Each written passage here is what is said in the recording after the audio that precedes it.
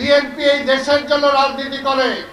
ওই যে বললাম শেখ মুজিব এই দেশে দুর্ভিক্ষ দিয়েছিল, আর আমার নেতা শহীদ জিয়া রহমান সেই দুর্ভিক্ষ পীড়িত দেশে মাত্র 2 বছরের মাথায় এই দেশের মানুষকে খাইয়ে দুর্ভিক্ষ দূর করেছিলেন, বিদেশে চাল রপ্তানি করেছিলেন। দেশে আওয়ামী লীগ কখনো জনগণের চিন্তা করে নাই। আওয়ামী লীগ রিলিফ চোর, আওয়ামী লীগ সেই আমলে ছিল কম্বল চোর, আর এই গত আমলে আওয়ামী লীগ হয়েছে ভোট চোর। এই ভোট চোর কম্বল চোর আওয়ামী লীগকে আর কি ফেরত আসা যায়? বিএনপিকে দমানো যায় নাই, কারণ বিএনপির জন্মই হয়েছে লড়াই করার জন্য।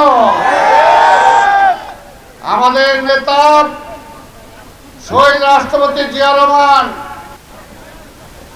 ৭১-এর মার্চে যখন আওয়ামী লীগ শেখ মুজিব ভাইগা গেছিল, যেমনি আজকে শেখ হাসিনা ভাগছে, তখন জিয়া রহমান এসে সেদিন স্বাধীনতার ঘোষণা দিয়েছিলেন।